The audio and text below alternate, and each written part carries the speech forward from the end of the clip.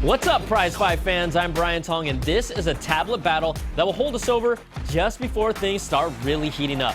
It's a Prizefight punch-out between the Samsung Galaxy Note 10.1 and Apple's third-generation iPad.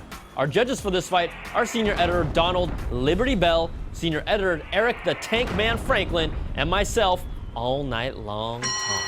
Now we'll take all three judges' blind scores and average them out to the nearest tenth each round. The final Prizefight score will be an average of all rounds using the same system. It's 5 rounds to the finish. First one is design. The Galaxy Note 10.1 is one of Samsung's most solid-feeling tablets to date, but the problem is that it still feels like it's plastic. Its dual silver and white bezel design is a different take that you might love or hate, but overall, this is a good-looking tablet. Now, the third-gen iPad took a step back with a slightly thicker body and a heavier weight from the previous model. It's still arguably the best-looking tablet on the planet, but unfortunately, Apple has regressed instead of improving when it comes to this model's design. The iPad still takes this round with a 4, and the Galaxy Note gets a 3.3. Next round is controls and user interface. What sets the Galaxy Note 10.1 apart from other tablets is the option to use the S Pen stylus to navigate its TouchWiz interface on top of Ice Cream Sandwich.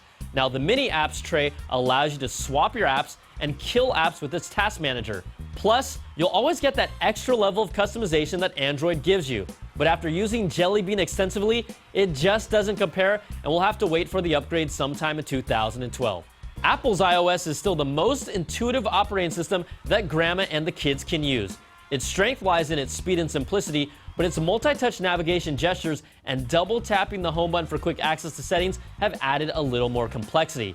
Now, I can be honest and say maybe I'm jaded because it's just not as exciting to use, but it's still the best pick-up-and-play tablet OS. The iPad gets a 4.7 and the Galaxy Note gets a 3.7. So after averaging 2 rounds, Apple takes a big lead. Round 3 is features.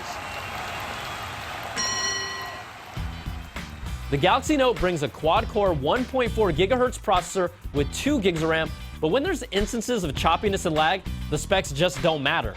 Now, 4G version is coming later this year, but the biggest differentiating feature is no surprise, its S Pen stylus. The ability to use a split screen with specific apps like S Note lets you take notes while using another app like the video player at the same time. Its Photoshop Touch app takes advantage of detecting the pressure applied to the screen for thinner or broader strokes. There's even an interface to turn your handwriting into text instead of using the touch keyboard. It also brings an IR Blaster and Smart Remote app that allows you to control your TV, and a micro SD card memory expansion is a great plus too.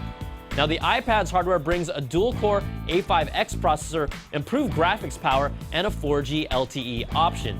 But its 2048 by 1536 resolution Retina display blows away the Note's meager 1280 by 800 resolution.